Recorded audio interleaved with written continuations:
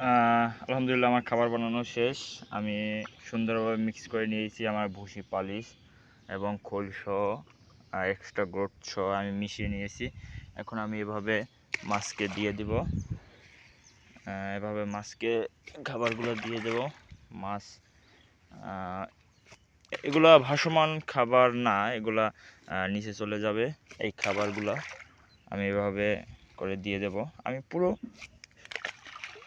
খাবার এক জায়গায় না, আমি টোটাল চারপাশে ঘুরে ঘুরে আমি খাবারগুলো এভাবে দিয়ে দেব, যাতে মাছ এক জায়গায় না সব জায়গায় গিয়ে যেন মাছ যাতে খেতে পারে, সমস্যা যেন মাছের না হয়। আমি এখানেও দিয়ে দেব। টোটাল আমি ঘুরে ঘুরে দিয়ে দেব পুরো চারপাশ।